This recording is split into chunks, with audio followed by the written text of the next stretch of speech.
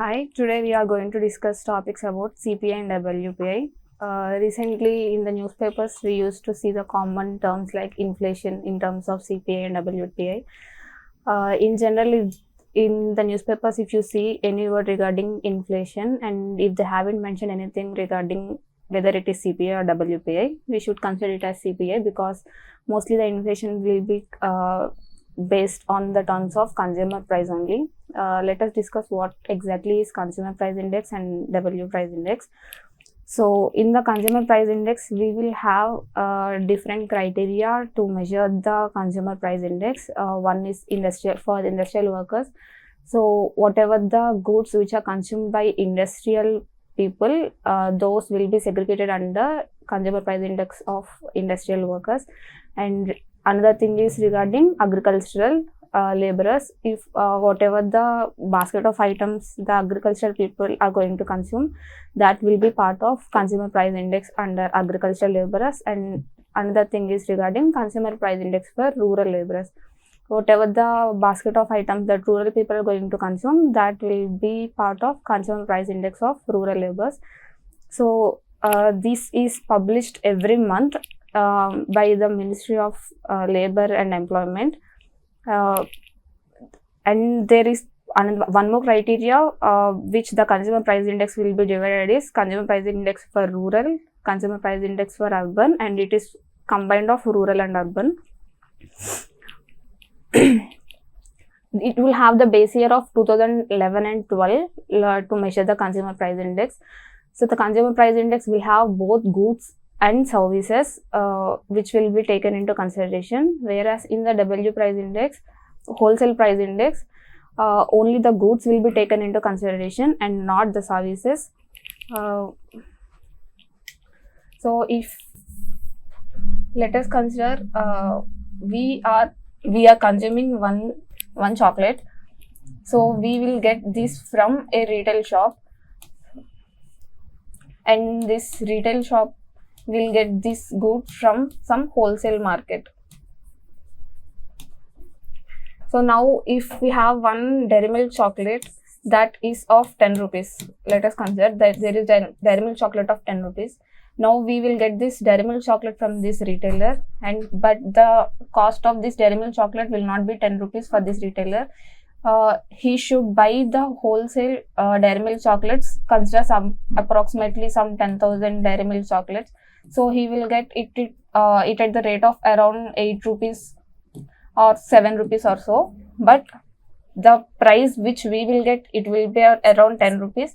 And the price which the retailer will get, it will be around 8 rupees.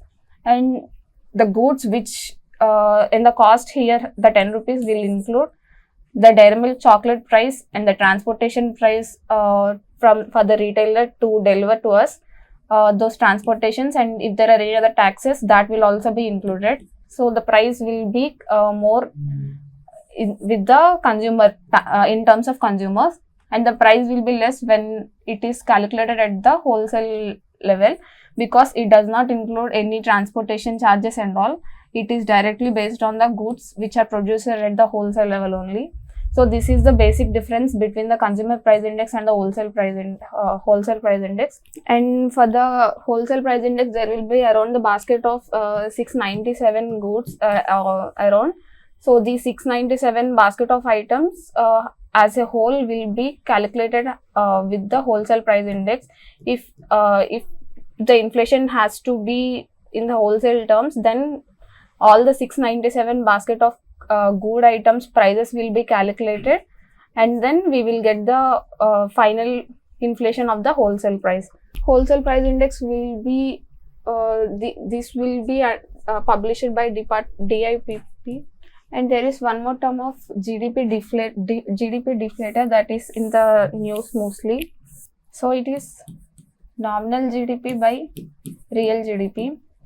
Nominal GDP and real GDP main difference is, for suppose let us take a Dairy Milk chocolate of 10 rupees. Now we will have one base year, that is 2011 and 12 is the base year to calculate nominal GDP and real GDP. So the real GDP base year will be 2011 to 12. we will calculate this GDP deflator based on what is the price of this dairy milk chocolate in 2011 and 12 and what is the price of this dairy milk chocolate in 2025.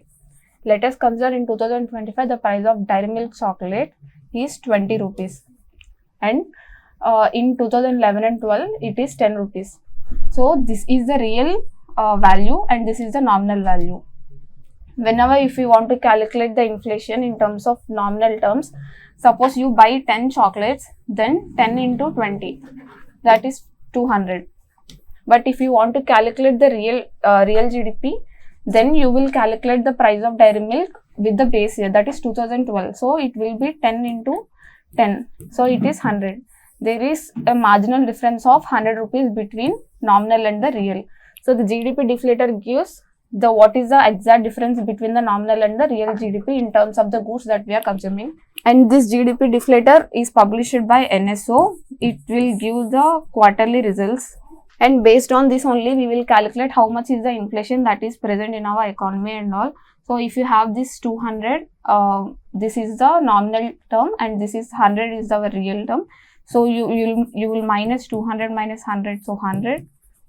So you will have 200%. So this is the percentage of the inflation that we are going from 2011 to 12 to 2025. You have 200% of inflation.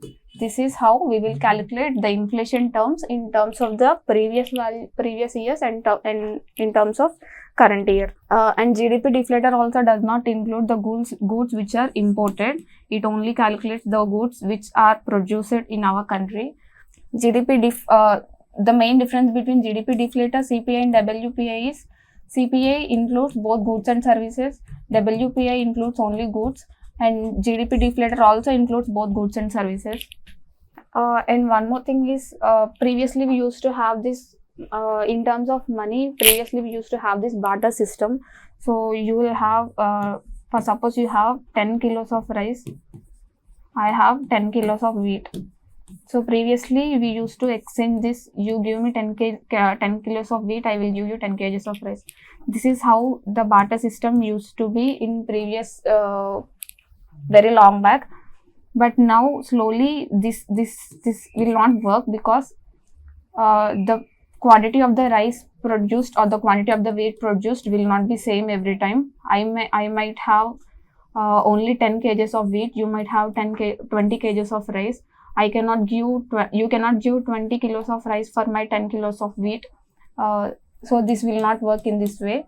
And also if there is any possibility that I haven't produced this 10 kilos of wheat at all, only you have produced this 20 kilos of rice, then I cannot ask you, please give me 20 kilos of rice or please give me 1 kilo of rice. I cannot ask you directly. And there is many problems with this barter system. In order to reduce this, we have introduced money concept, so that for every 1 kg of rice, we can have how much amount of time I am investing to produce this 1 kilo of rice. I can have some measure for this 1 kg of rice in terms of money. So I can have, if I am spending 1 hour to produce this 1 kg of rice, then I will have this 1 hour is equal to 1 rupee. In terms of wheat, if I am producing 1 kilo of wheat within 2 hours, so my time investment is more to produce this 1 kg of rice, then my 1 hour investment is equal to 2 rupees here. In this way, I can have this, I can give some monetized value to this rice and wheat or any other good, so that I will get benefit and you will also get benefit. So this money concept is introduced in order to rationalize the work and to ease the flow of goods between people.